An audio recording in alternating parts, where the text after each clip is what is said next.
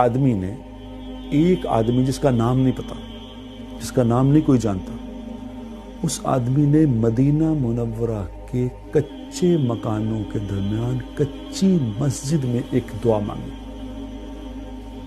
یا من لا تراہ العیون ولا تخالطہ الذنوب ولا یصفہ الواصفون ولا تغیرہ الحوادث ولا یخشی الدوائر یعلم مساکیل الجبال ومقائل البحار وعدد قطر الامطار وعدد ورق الاشجار وعدد ما اظلم علیہ اللیل واشرق علیہ النہار وما تواری من السماء السماء والارض الارض وما بحر ما فی قار وما جبل ما فی فار اللہم اجعل خیر عمری آخر وخیر عملی خواتمہ وخیر یوم یوم قعت فیہ۔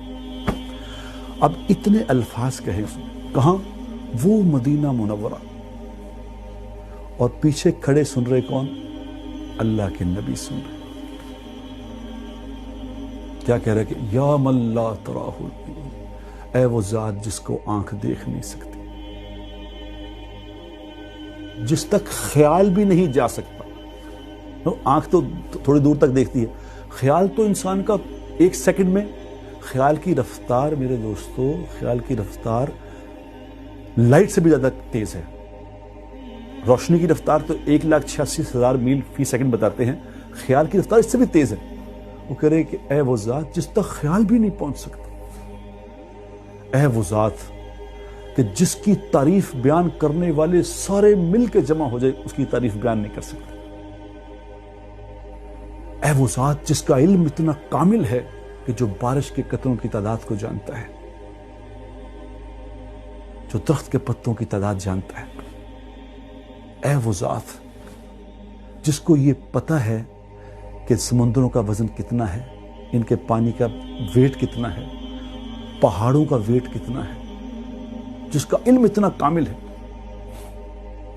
جس سے ایک زمین، ساتویں زمین ایک زمین سے کچھ چھپا نہیں سکتی، ایک آسمان ساتویں آسمان سے دوسرا آسمان اس سے کچھ چھپا نہیں سکتا، سمندروں کی تہ میں جو کچھ بھی ہے وہ اس سے چھپ نہیں سکتا، پہاڑوں کے اندر جو چٹانوں کے اندر ہے اسے چھپ نہیں سکتا۔ یہ وہ کہہ رہا اکیلا بیٹھا اللہ سے کہ اے وہ ذات تو کیا ذات ہے، اور پھر یہ کہہ رہا ہے کہ یا اللہ میں تجھ سے ایک درخواست کرنا چاہتا ہوں، ایک درخواست ہے، کیا؟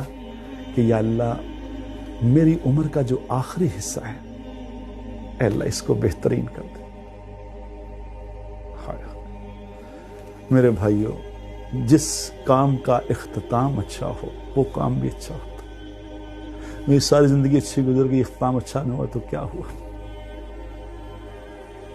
خوش نصیب وہ لوگ ہیں ساری زندگی بھی ایسے گزری، آخر میں کلمہ نصیب ہو گیا چلے گئے کہ یا اللہ میری عمر کا آخری حصہ اچھا کر دے، اور اے اللہ میرا سب سے خوبصورت عمل وہ کر دے جو میں دنیا میں آخری عمل کروں، سب سے خوبصورت وہ ہو۔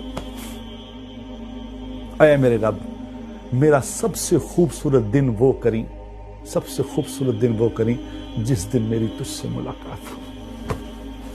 سبحان اللہ کے نبی پیچھے کھڑے، اور اس کو کسی ساتھ کے ساتھی کو کہا کہ دیکھو جب یہ ختم کرے دعا اس کو میرے پاس لے کے آؤ۔ جب اس نے ختم کی تو کہا اللہ کے رسول تجھے بلا رہے۔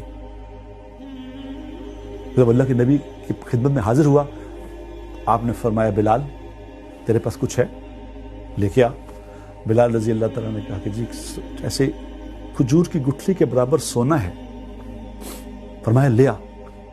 وہ سونا لا کے اللہ کے نبی نے اس کی خدمت میں پیش کیا کہ لے بھائی تجھے ہدیہ ہے، اور ساتھ پوچھا تجھے پتہ ہے یہ میں تمہیں کیوں دیا؟ کہ نہیں یا رسول اللہ مجھے پتہ ہے، آپ نے اس لیے مجھے دیا ہے کہ آپ میرے رشتہ دار ہیں، اور آپ رشتہ داروں کے سر پہ ہاتھ رکھنے والے ہیں، آپ رشتہ داروں کے خیر خواہ ہیں، آپ نے رشتہ داری کی وجہ سے مجھے دیا ہے۔ آپ نے فرمایا جس کا مفہوم ایک تو نے سچ کہا کہ میں رشتہ داروں کا خیر خواہ ہوں، لیکن یہ جو سونا میں نے دیا یہ تجھے اس لیے نہیں دیا، یہ میں نے تجھے اس لیے دیا ہے کہ تو نے اتنی خوبصورت اللہ کی تعریف کی، ایسی خوبصورت۔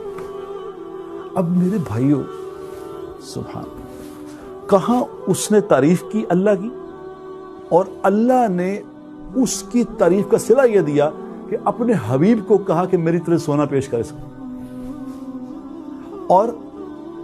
اور یہ الفاظ جو اس نے اللہ کے سامنے بولے تھے، کہاں اکیلے میں بات کر رہا تھا، اللہ نے قیامت تک کے آنے والے انسانوں میں وہ الفاظ محفوظ کر دیے۔ آج میں آپ کے سامنے بول رہا ہوں، یہ لندن میں میں آج اس کے الفاظ بول رہا ہوں جس کا نام بھی نہیں پتا کون تھا۔ یہ میرے بھائیوں اللہ کی قدردانی ہے۔